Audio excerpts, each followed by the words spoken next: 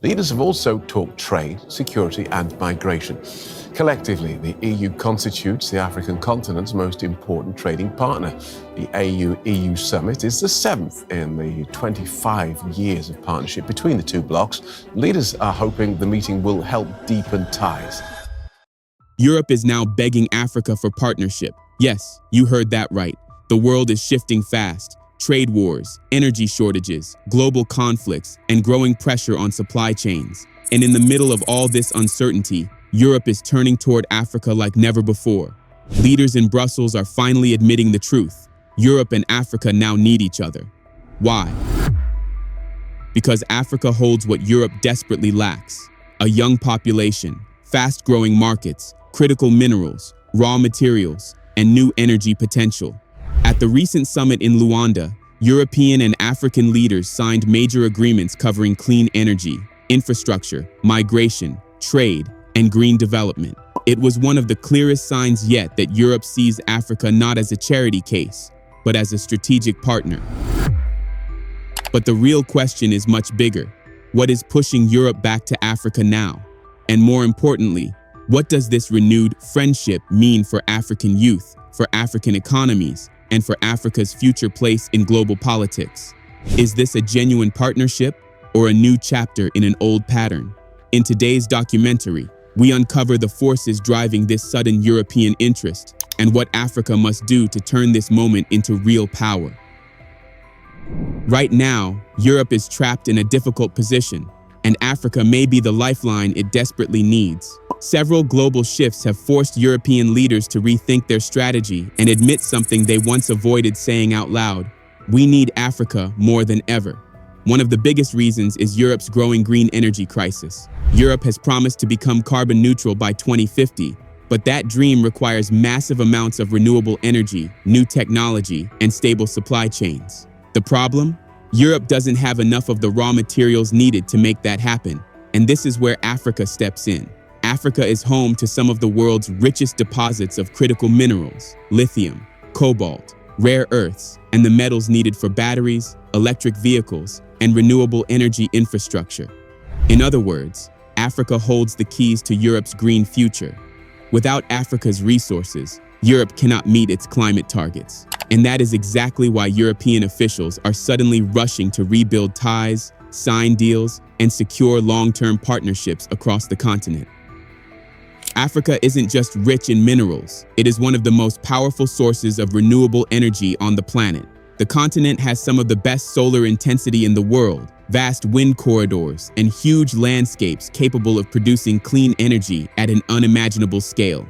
European leaders now understand that if they want to meet their climate goals, if they want to build the green technologies of the future, they cannot rely only on their own limited resources. They need Africa's sun, Africa's wind, Africa's land, and Africa's cooperation. That's why Europe is suddenly offering new deals, major investments, and big promises, presenting a shift from the old model of aid and extraction to something they now call partnership. And this shift is important because for decades, trade between Europe and Africa benefited Europe far more than Africa. Africa exported raw materials, Europe imported them, processed them, and sold them for far higher profits. The continent was trapped as a supplier, never a full partner. But that model is now changing, fast. In 2025, European institutions openly supported a new idea. Africa should not just export raw materials, it should also process and add value locally. For the first time, EU-Africa agreements include funding for mineral processing plants, support for value addition industries, and investments in green industrial hubs. This means more jobs, more technology, and more profits staying inside Africa. And under Europe's global investment program, new infrastructure, energy, and transport projects are being launched across the continent. For Africa, this could be the beginning of a transformation, one where the wealth of the land finally benefits the people who live on it. None of this is charity. For Europe, it's survival. And for Africa, it is a rare chance to industrialize and finally benefit long-term from its own resources. But minerals and green energy aren't the only reason Europe is turning toward the continent. Africa has something even more powerful: people. Africa is home to one of the youngest and fastest growing populations in the world. Millions of young Africans will soon enter the workforce, creating new consumers, new talent, and new markets. Europe, meanwhile, is facing the opposite crisis. Birth rates are falling, populations are aging, and labor shortages are growing.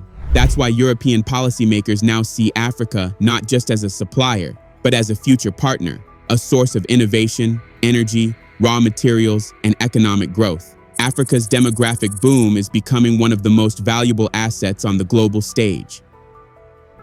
And the timing couldn't be more critical.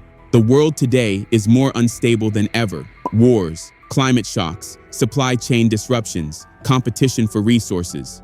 Europe can no longer afford to depend on a handful of suppliers for energy or critical materials. To survive this new era, they must diversify. And so Europe is leaning toward Africa, hoping to build stronger, safer, more reliable supply chains. This shift marks a major change in mindset. Europe is finally treating Africa as a partner, not just a source of raw materials. A partnership built not on old systems of extraction, but on shared interests and shared futures.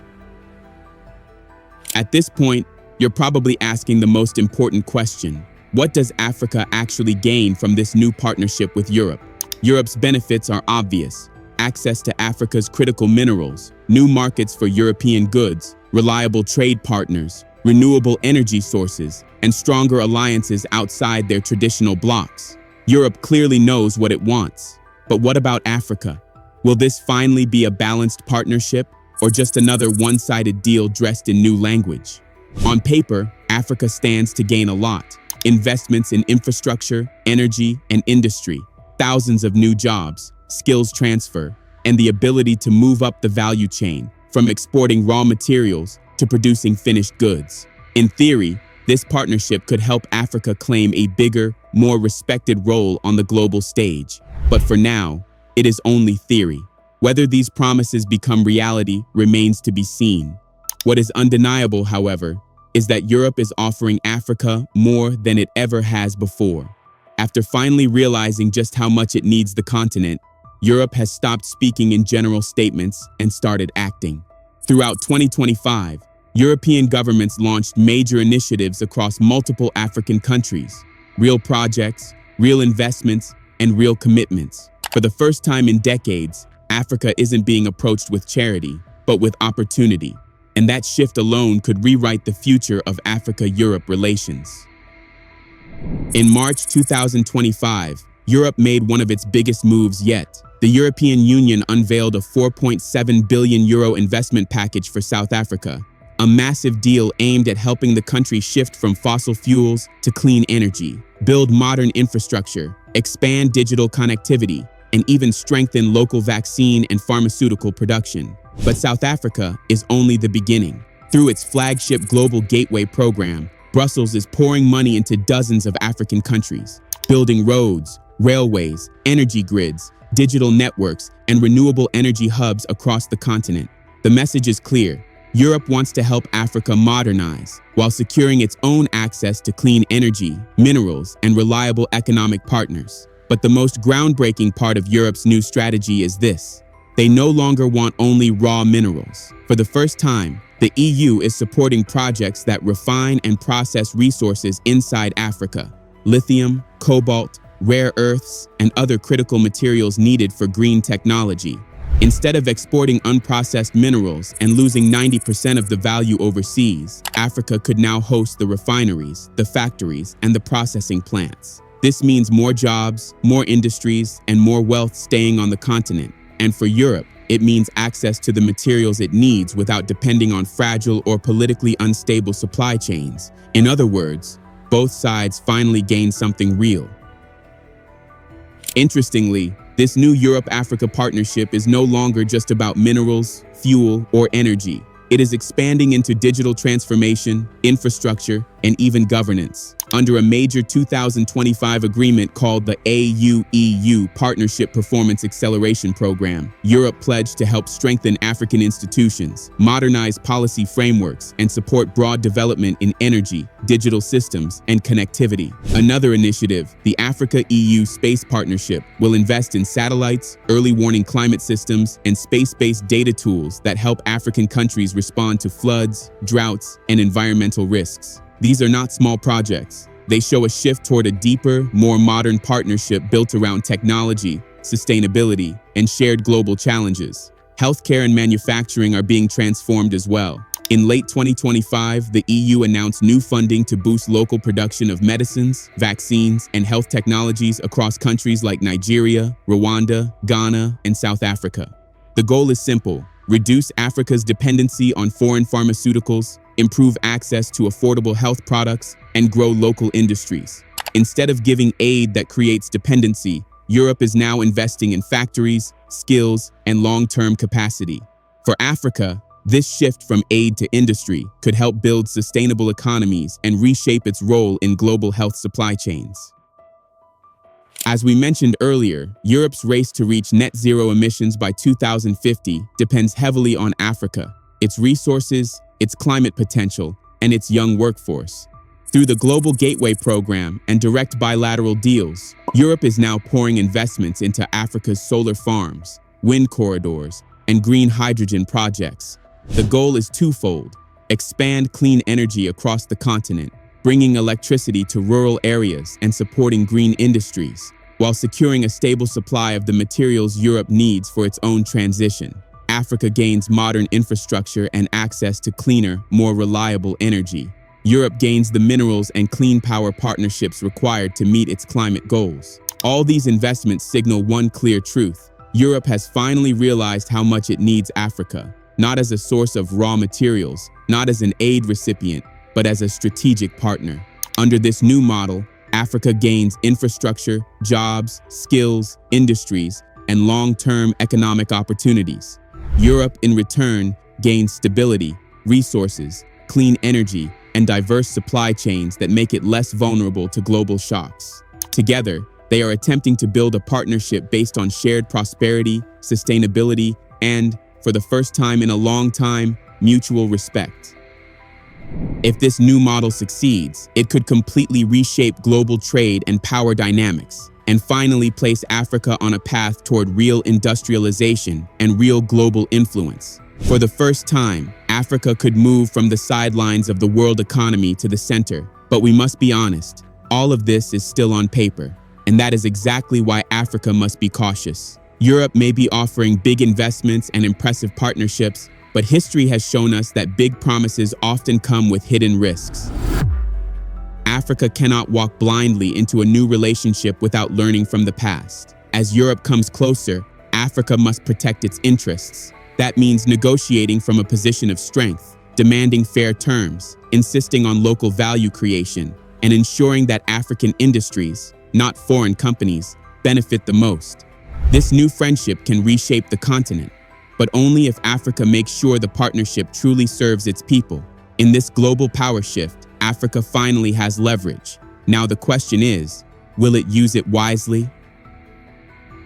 African countries should not forget that Europe used to, and sometimes today still use trade, loans, and influence to control African resources. And now, Europe is back, offering clean energy projects, mining deals, and digital programs. These things can help Africa, but the fact is that they can also create new versions of old problems if not handled well. So, to avoid a repeat of the past, Africa must watch out for unfair contracts, hidden conditions, projects that bring profit to foreign companies but leave little benefit for locals, and deals that lock Africa into long-term dependence. All these attributes were what characterized previous agreements with Europe. And who is to say that the new agreements are not the same? This is why Africa needs to be careful, because if Africa signs these deals without proper oversight, it could lose control of its own minerals, industries, and future markets. Now, Africa is becoming the center of global competition. World powers including the EU, US, China, and Russia want access to critical minerals, green energy, shipping routes, and Africa's massive youth population. This competition can benefit Africa, but it can also divide the continent if countries are pressured to choose sides. Let's explain. Before now, it used to be only the West controlling things on the global stage. And by the West, we mean the EU and the US. The EU often follows whatever the US says, so it was quite easy for the West to control everything, including affairs in Africa. Africa had no choice but to follow the dictates of the West or suffer the consequences like sanctions. But now, new players have arrived into the picture, including China and Russia.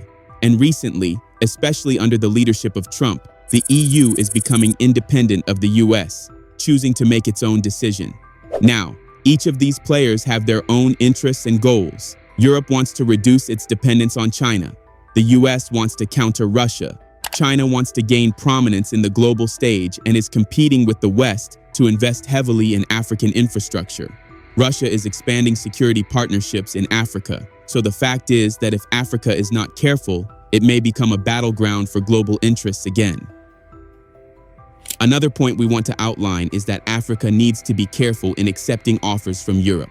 You see, some of Europe's projects are structured as loans, not grants. And while loans can be helpful, some can push African countries into deep debt, especially if the projects don't bring enough profit to pay them back. If Africa borrows too much, national budgets may suffer, social spending could be affected, and countries may lose bargaining power. So, Africa must make sure financing is transparent, fair, and sustainable. Now, Europe's offer of partnerships also carries the risk of leaving local communities behind. Yes, Africa needs investment, but investment must also benefit ordinary people.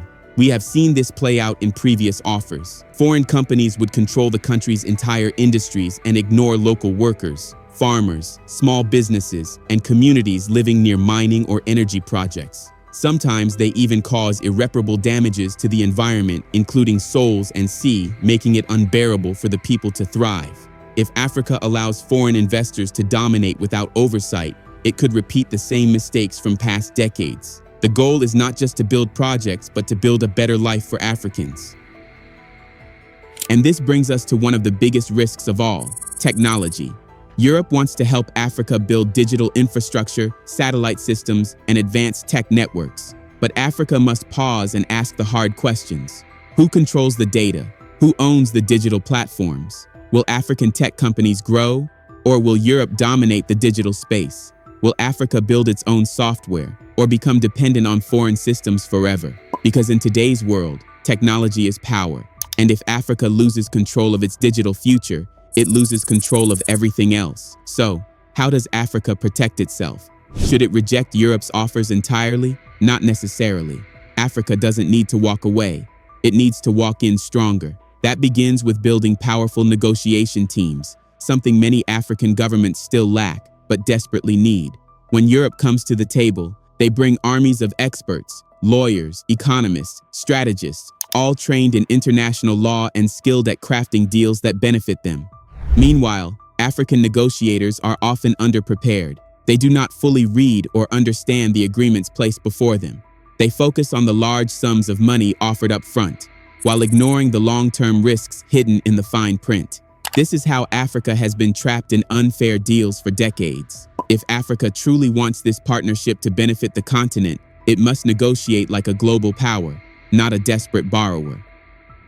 Africa should also consider strengthening regional negotiation. Africa is strongest when it negotiates as a group.